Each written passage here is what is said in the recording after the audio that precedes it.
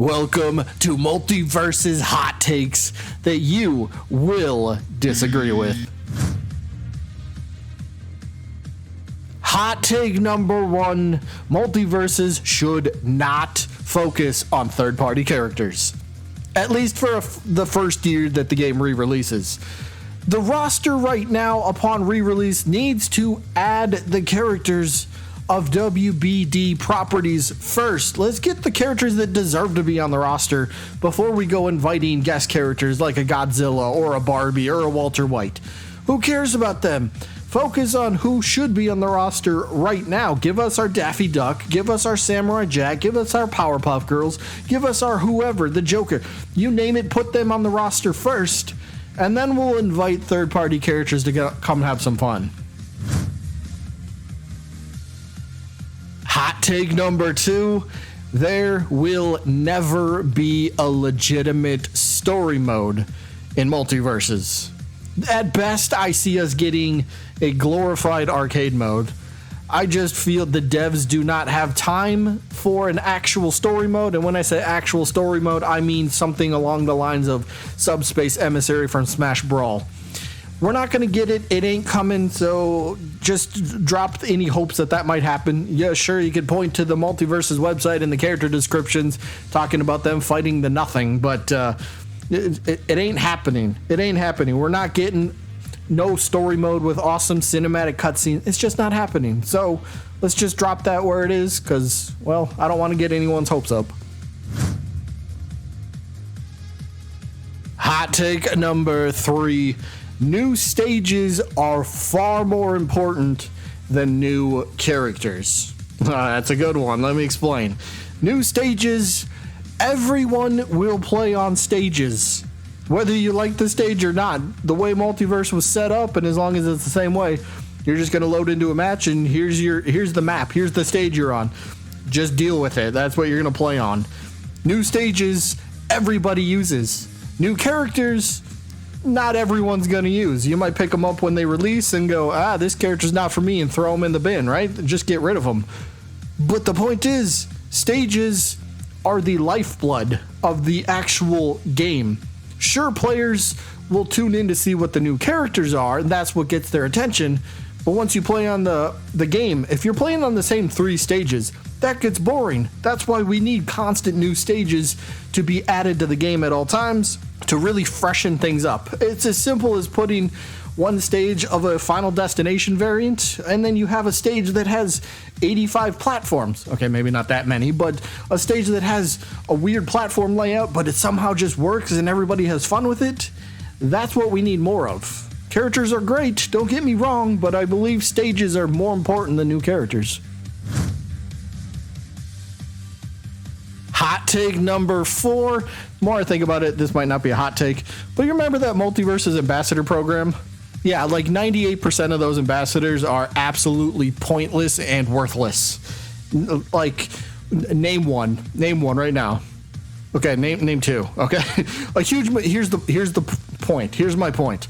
A huge majority of those Multiversus ambassadors, they left as soon as Multiversus was no longer the hot game. They got out of here. They didn't care about the game. They didn't care about the community that they signed up for. They legitimately had to sign up to be an ambassador. Nope, as soon as Multiversus kind of cooled down a little bit, they bounced. They're out of here. And dare I say, that is disrespectful to the people that did want to be an ambassador, that did want to stick around, that are still around today, that were around during the dark times when we had zero information. This is disrespectful. So Multiversus ambassadors, if you were one before, get out of here. We don't need you. Most of them. Hot take number five, Multiversus gameplay does not need a shield mechanic. Get that out of here. This is not Smash. If you want to go play Smash, feel free to. I still play it not every single day, but I still play it a lot. So if I want a shield mechanic, I'll go play Smash. I'll tell you this, quick story. Last time I watched two pros play, I seen about 25 shield attempts in about 2.5 seconds. Absolutely boring. I don't need to see massive mega defense at all times. It is just slow paced. It's boring. I don't want to watch it. I want to see action, you know? Sure, you got to read your opponents, but like just sitting there with a shield, like, like let's get on with it already. So let's stop making multiverses like Smash and let Multiverses be its own identity and evolve in its own different way than it is to Smash, because they're two different games. Hot take number 6. Multiverses needs to stop focusing on the pro gamers side of things and focus way more on the casual side of things. Now here's my point. Pro gamers that stick with Multiverses, well, they're going to be around. Casual gamers come and go all the time, but if you're not attracting new casual gamers, your player count's going to start to dwindle. We already seen Multiverses go through that, and I do not want that again. So focusing on the casual side of things is constant new content.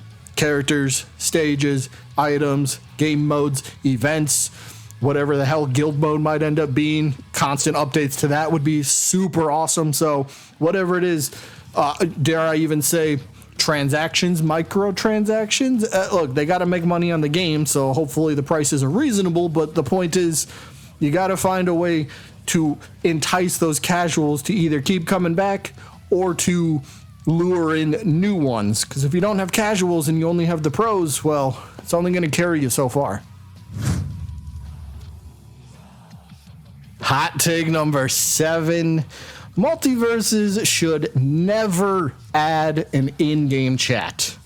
No, it would be way too toxic. Imagine pairing up with somebody, sure, you could just mute them, but I don't need to mute 18 teammates in a row. Look, I'm a loner. I don't have many friends that play Multiverses, so if I'm playing twos, which I actually played primarily more of in the game, and if I get paired up with some random twos player that doesn't know how to play the game, they die 3 times in about 20 seconds, and then they yell at me because I died once and I cost us the game. I don't need to hear that, okay? I don't need to hear that stuff. So, no. In-game chat, no. You want to communicate with me? How about Multiverses adds maybe some quick time messages, like Rocket League has? Yeah, maybe something like that. Like, hey, go attack opponent number 1, or hey, I need help over here. Whatever, something like that would be at least better than constant McDonald's Wi-Fi microphones. I don't need to hear that stuff. Get that out of here. No, my Multiverses does not need in-game chat. Hot take number 8. Multiverses should definitely not have another beta phase or a tech test before the official re-release of the game. I've seen this idea floated out there. Maybe do one more tech test just to make sure everything's working. Hell no. The game needs to be re-released. Once it's out, it better not disappear again. And if it disappears, it's because the game will fail. Hopefully it does not. I don't want that to. But once the game comes back into our hands, it better not leave ever again. Ever. So no beta phases, no tech tests, no nothing. If they need that time frame, if they need that phase to make sure everything's working exactly how they planned it to, how about you give us one of those pre-seasons like they did when Multiverses first launched? We had like 2 or 3 weeks. We had its own battle pass. Let's do something like that. All right, you get a couple weeks to make sure everything's figured out, plus we get to play the game, and then the game stays around the entire time as well. So no more beta phases, no more tech tests. Get that crap out of here. Just give us the re-release. And the final hot take for the video, Ben 10. He will never be playable in Multiverses. This one hurts me. I'm a big Ben 10 fan. I want him in the game, but he's never going to be playable. Prove me wrong. Prove me wrong, Player First Games. Prove me wrong. I dare you.